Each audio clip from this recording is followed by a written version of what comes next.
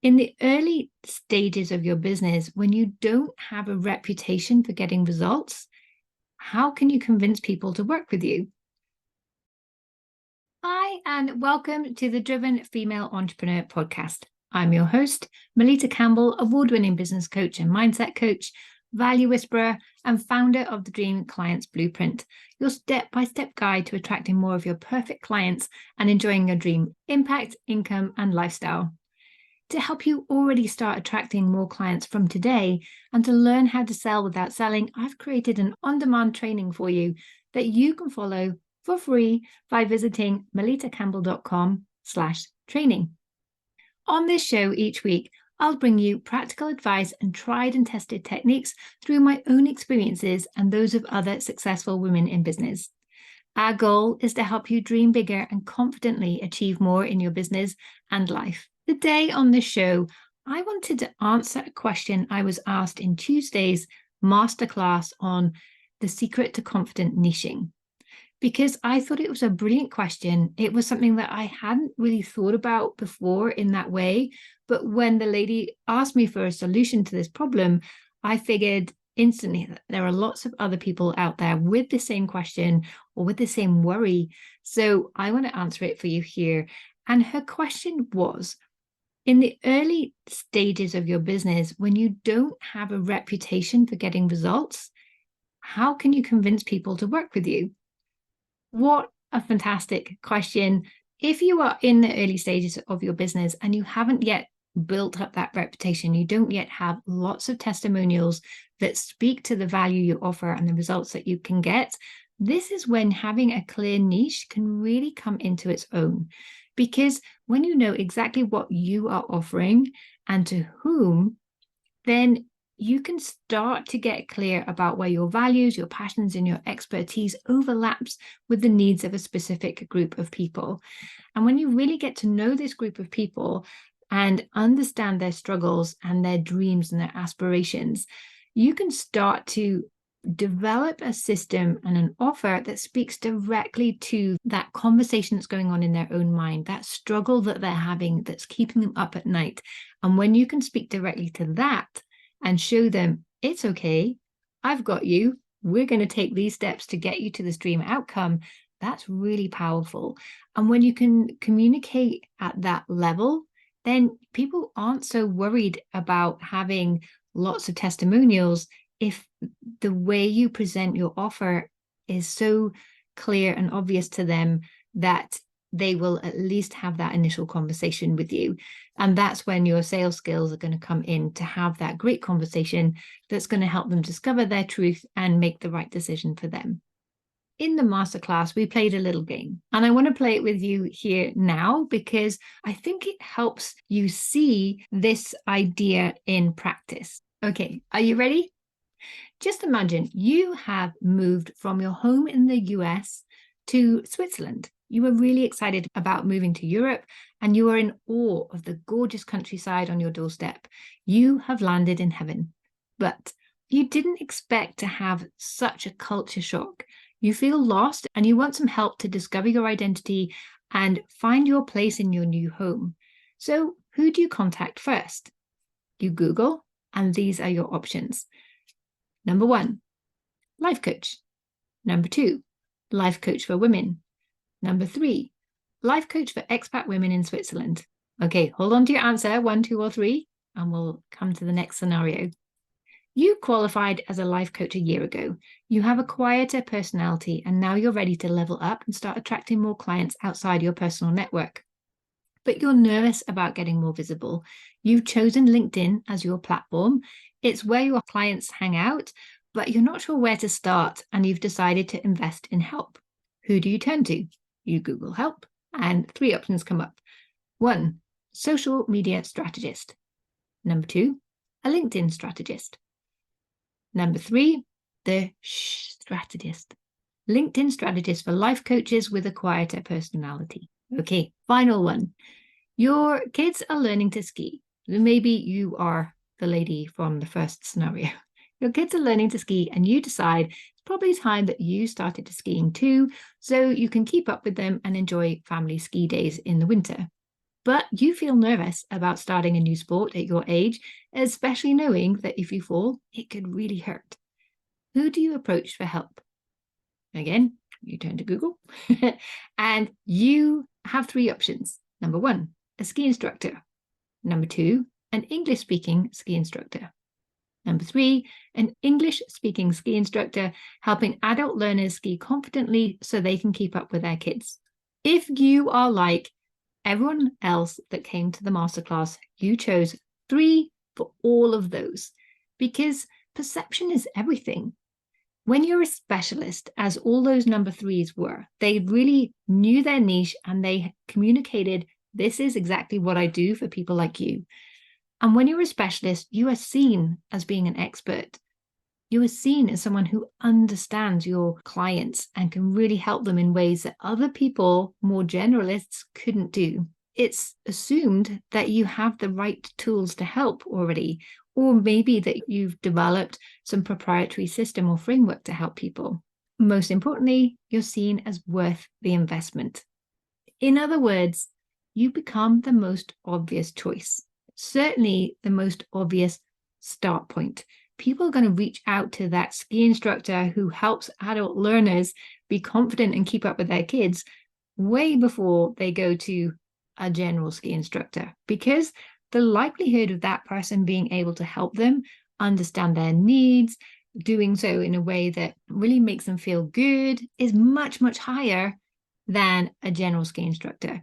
So these examples may sound a little bit contrived, and they are, but you can see the difference it makes when someone says, hey, I'm the exact person for you. From out the gate, you go, okay, tell me more. You're into that conversation, and that's what you need to get started with. The other thing you can do is, so you know your niche, you can communicate to that niche and position yourself as their perfect choice, so you can start that conversation with ease. The other thing is you can give guarantees and bonuses. So guarantees are particularly strong. So if you haven't got that proven reputation yet, you could be seen as a risk for the person buying into your services. So the way you can lower that risk is to offer some kind of guarantee. So, if you don't get these results over this time frame, then you get your money back, or I'll work with you for free until you do, whatever that may be.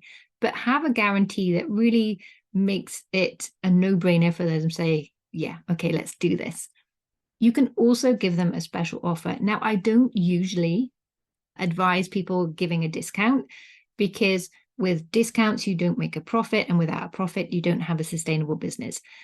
Discounts for an established business are really only for rewarding loyalty and bulk purchases, quantity.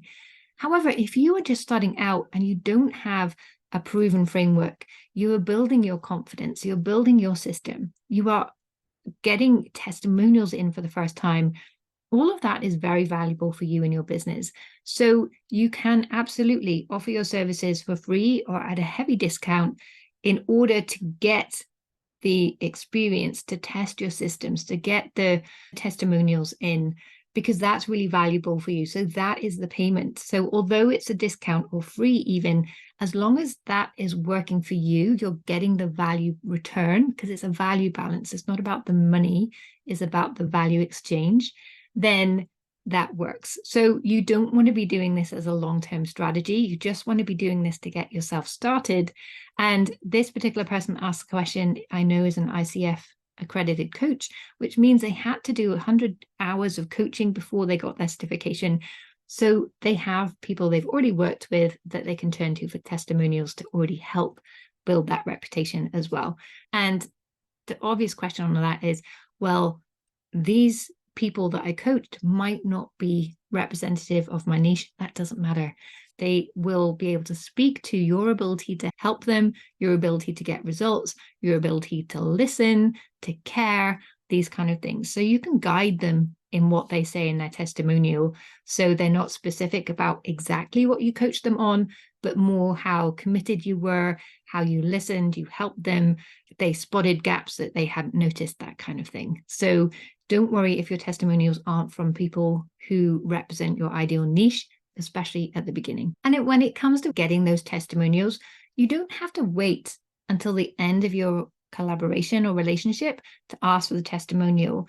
You can ask for it from day 1 or 2. So if you've had a couple of sessions, they're going great. The person has said, thank you. This is wonderful. Brilliant. Would you mind putting that in a testimonial? I know we haven't finished yet. You can always update it at the end, but it would really help me get my business started right now. Most people, especially if you haven't charged them anything or you've given them a heavy discount, would be happy to support you back in return. Also, the same goes for reviews and referrals. So I got referrals in my second business before I'd even sold anything, before the person had even received the products that they ordered, because I talked about why I was excited about a particular product, and 5 other people said, oh, well, that's what I want too. Can I order some? Then they shared my story with their network and I got another 5 orders. So my first order was for nearly 2,000 Swiss francs, which is about the same in pounds or dollars. It's a significant amount. I'd never even seen this product for myself. I hadn't tried it. They hadn't tried it, but I got referrals right from the very beginning because people were excited. What the product was and what it does for people was really fresh in their mind, and they had a story they could link it to, and they shared that. And that was enough to get more referrals. So often asking for referrals and product reviews right at the beginning, when people remember it, they're still excited, they remember why they signed up for something, why they were so excited to invest, that can be really powerful as well. So again, when asking for someone for referrals, don't wait until the end. You can ask at the end as well, but it's often even more powerful while someone is in that relationship with you. They're experiencing your coaching or consulting or whatever the product or service you offer is.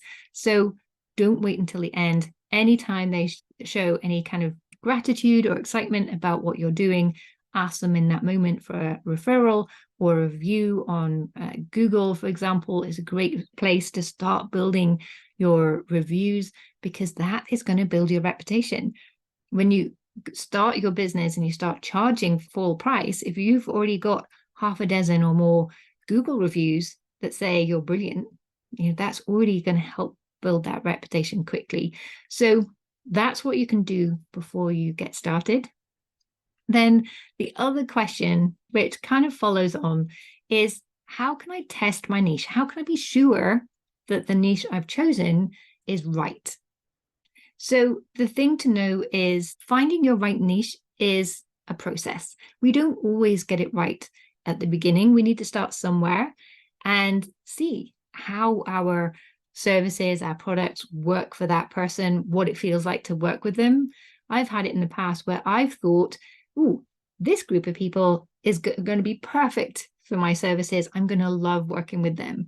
Then I worked with them and realized, nope, our values just aren't aligned. Our visions are different. The way we want to work isn't the same. And so I've pivoted and evolved my niche. So niches evolve. You have heard that so many times on this show. If you go back and listen to any of the interviews, you will see how where you start is never where you end up in business. So you kind of can start anywhere and then grow and evolve with that niche. But it's good to start somewhere with an educated guess. And here are some simple ways you can test that. So you can put together a free offer or an advanced offer or a lead magnet that speaks to the value that you offer or you want to offer to that niche. So you can start to test people's interest in a particular offer or see how you can reach out to a particular group of people. Is this something that they're interested in? Do they see the value in this? And you can start to play around and tweak that and see if what you want to be sharing, how you want to be helping people, is going to resonate with your chosen niche. You can also go to social media and put out content and polls that speak to the value that you want to offer and see who responds to that. Do they align with the people that you thought would be your ideal client? Is there another group that pops up that's quite interesting? So you can start having that conversation on social media. It's a brilliant way to do that. The downside, obviously, is if you're starting out in business, you might not have a big audience, so you may not attract the responses from your niche, but you can always reach out to them. Reach out to a handful of people or more. The more, obviously, the better, but watch you don't send too many private messages because you'll get blocked if you send too many per day. But you can certainly reach out to a handful of people and say, I've put together this poll. I'd be really interested in your view on this, because give them a reason, give usually something complimentary or flattering, and then send them the link to the post so they can go and contribute to that poll and give you their thoughts. Then you're also in a conversation as well. So you can say, oh, thank you for responding. I see you put this. Why is that? I'd love to learn a bit more about that. Would you like to grab a coffee or just have the conversation there? Because conversations are always going to be a brilliant way to test your niche and learn more about that.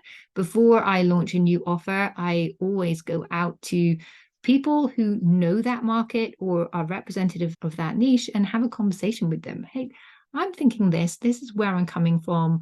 I was kind of put it together this way. Can you see that helping people? From your experience, is there anything missing out that I would need to add in there? Or is this too much or just completely irrelevant? And just in a very quick 10-15 minute conversation, I get some incredible insights that really help me shape my offer, my niche, or both. So you can have these conversations, but you can also more formally go out to your network and ask people, hey, I've got this idea and I'd love your thoughts, and send them something clear and defined so they can actually give you decent feedback on that. If it's too woolly, I'm kind of thinking I'll do some kind of coaching for women. That's so broad. It's hard for people to give you constructive feedback. You'll get all manner of ideas and it's not going to really help you. Why wouldn't this work? That's always a great question to ask people. Why wouldn't this work? And get them to spot those challenges that perhaps you haven't noticed for yourself. Highlight those blind spots for you. So there are lots of ways you can test your niche. They take a bit of time, but a lot of them involve starting to build relationships with people. And that is going to help you once you eventually launch and go out there. And you can go back to these people you had an initial conversation with and saying, thank you for your input. This is what I created. I'm doing this for these people. Here's the website. If you know of anyone looking for this result, I would love it if you could pass on my details or give me an introduction. Happy days. You've already built trust with these people. They already know that you've really thought through this process. So if they have people in their network, they would usually be very happy to introduce you. So that is how you can start to attract clients before you have a reputation, and test your niche and get some great ideas so you can really make your first launch as strong as possible. Obviously, we never know exactly how it's going to go. And the best test of any marketing or offer is asking people to pay for it, because that's the moment when you really learn what works and what doesn't. But that's another reason why it's worth testing, putting things out there, putting together an offer and asking people to buy it before it's ready. Because if it's not going to sell, if people like the idea, but they're not willing to invest and actually put down the money, then you don't want to go to all the effort of building out a full program either. Hopefully you found that helpful and insightful. I would love it if you come and share in the Dream Clients Club in school. That's the free community that goes along with this podcast and all of the work that I do. If you join that community, you'll find additional tools, tips, training, events, all available for free to help you grow your business. And you can meet other like-minded business owners just like you, so that you can build those relationships and that support network. So that's on school, but there's skool.com, and it's the Dream Clients Club. You can search there. And if you loved this episode, don't keep it to yourself. Share it with your business besties. Let them learn and grow. And leave a review on iTunes. That always lights me up, makes me smile, and it helps other people to find the show as well.